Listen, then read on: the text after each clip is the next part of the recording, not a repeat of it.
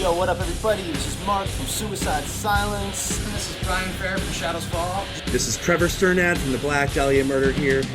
Yo, this is Gary Hall from Exodus and recently retired from Slayer, and Hello, this is Becky Boulder from Hamburg Grapple and Fury. Hey, this is Charlie with Anthrax. I just want to give a shout out to Pedal to the Metal Radio, the podcast. The podcast to get all your rock and metal news plus reviews. Keep it metal. Pedal to the Metal Radio, motherfuckers!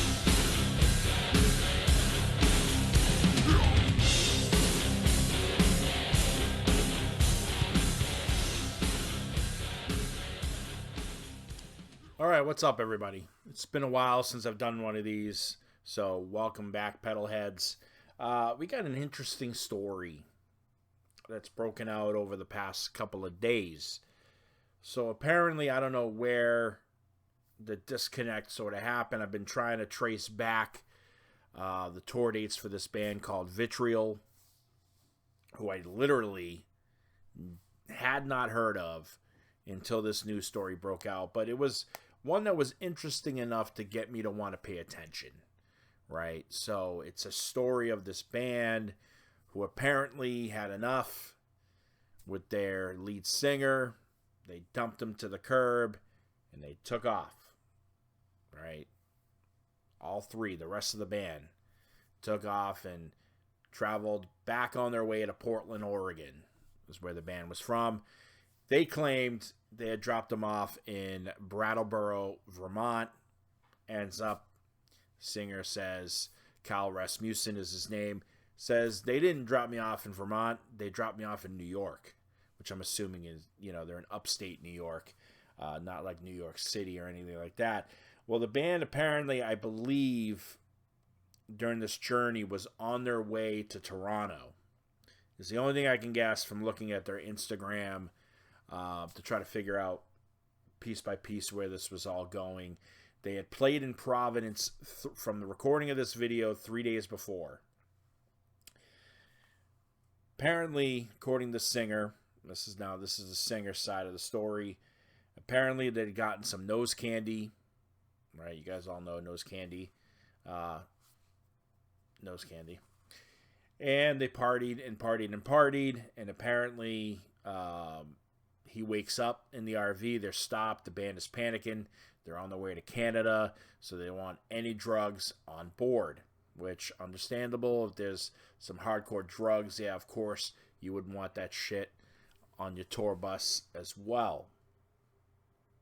Well, according to the singer, that's when things went wrong. His space was invaded. He didn't like the fact that his space was invaded, so he told the band member named Keith, I believe, to beat it. According to him, they said some things were said. He then lost his cool because he's just like, dude, just give me my fucking space, whatever. And then eventually the band ditched him, told him he need to scat, get out of here, right? According to the singer Kyle Rasmussen, they told the state, they went right to a statey. He then was like, hey, you know what? Screw it. If they want me gone, they want me gone. I don't want any trouble, whatever the case may be. So he got off board with his stuff. But along with him was his girlfriend, Maggie, and their dog, Ghost. So that's his side of the story, right? Basically the events that happened. Here is what they had to say.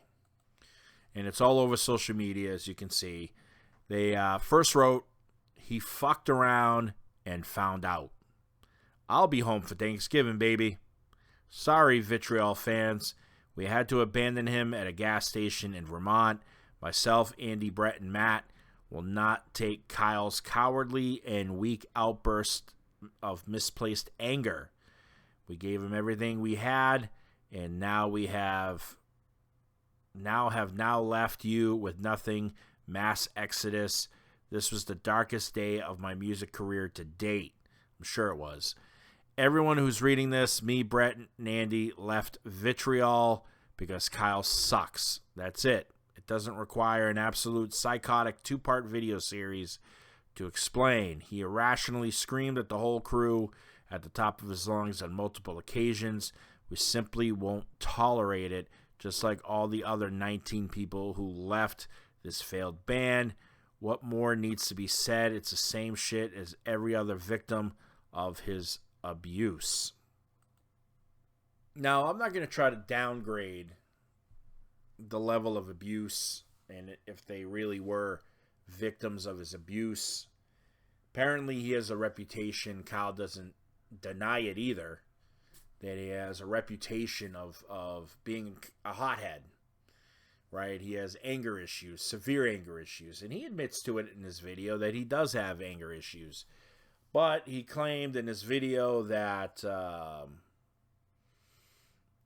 it was because he's sick and tired of people who, and this is not verbatim, by the way, you know what I mean? This is just me paraphrasing, because I'm trying to remember now exactly what he said. But I mean, pretty much he says, he doesn't like people that try to sort of mess with his head a little bit, the kind of a gaslighting kind of situation, so to speak, if I'm being, completely correct. But, the thing that I want to talk about here, and really why I decided to even make this video and focus on this bullshit to begin with, is the mere fact that, no matter what, both sides are wrong here. Let's just get that out of the way, straightforward, out of the way. Both sides wrong, okay? First of all, if Kyle was abusive, then he really needs to figure his shit out, right? But what the band did was not right. You could have finished your tour. Like Kyle had said, we didn't have to be in the same RV, whatever. First of all, if there are fans of Vitriol, they're the ones that miss out. All those kids that are now going to have to get refunds because you decided, that's it. And all the venues now miss out because they got to figure out what to do in the meantime. Now that you're not there, things were booked, contracts were made, bands were paid, or maybe not paid, maybe you're not paid yet. I don't know the deal on that per se, but there's a lot of people that lose out because of this decision. Now, let's forget Kyle Rasmussen for a second, right? When I say this statement, it's not about him. It's about the fans and the people, the venues, the promoters, the publicity people. It's everybody that misses out on everything. Tour managers, if they have one. I don't even know if they have one. But I would imagine there's an overall guy that's handling this tour that Vitriol was on who also misses out, right? Because now he's got to pivot and make, and see if the other bands can perform longer sets, things of that nature to make up for everything. Unless Vitriol was a headliner, which I don't think they were a headliner on this tour. I could be wrong. But then to throw shade, and say that, all 19 musicians, you know what, dude? Guys, shame on you. You knew his reputation. You knew, right? You signed up for this gig. You took the gig. You knew he carried a reputation with him. And you still took the job. So kind of shame on you as well. You know what I mean? That's why I partly blame you guys as well. Because you knew what you were getting yourself into. And I get it. Nobody wants to deal with an insufferable asshole. I get it. 100%. You know what I mean? Insufferable people suck. I get it. I hate toxic people. I eliminate toxic people out of my life. Very much like they did. And I get it. Maybe he was insufferable. Maybe he did have an attitude. Who the fuck knows? I don't know. I don't know Kyle Rasmussen, to be honest. And maybe he did, but there's ways you could have handled it. His girlfriend and the dog certainly didn't deserve what they got. Those are the two people that I feel, well, not two people. That is the person and the animal that I feel the most bad for. Like, I feel bad for them. because they're the innocent bystanders in all of this. She has to deal with Kyle Rasmussen, and the disappointment that, he now carries. And she had nothing to do with it. You know what I mean? Like, she was just thought of an opportunity to see the country and go on the road and be a part of that rock and roll lifestyle or metal lifestyle, whatever the hell kind of lifestyle it is, for a band that, struggles like any other band struggles to make money. We get it.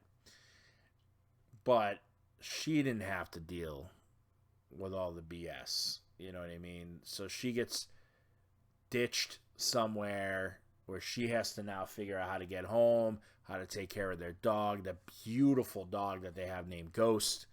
That's who I feel bad for. Kyle is going to live another day, right? Kyle Rasmussen is going to be Kyle Rasmussen no matter what. Maybe he'll continue Vitriol again with more band members. Maybe he won't, but he's going to live on from this. And these three bandmates are going to live on from this. These ex-bandmates now. So, shame on the band as well. Kyle's not the only one to blame here, is the point that I'm trying to make. He's not the only one to blame. These guys are also to blame for all of this, too. You know what I'm saying?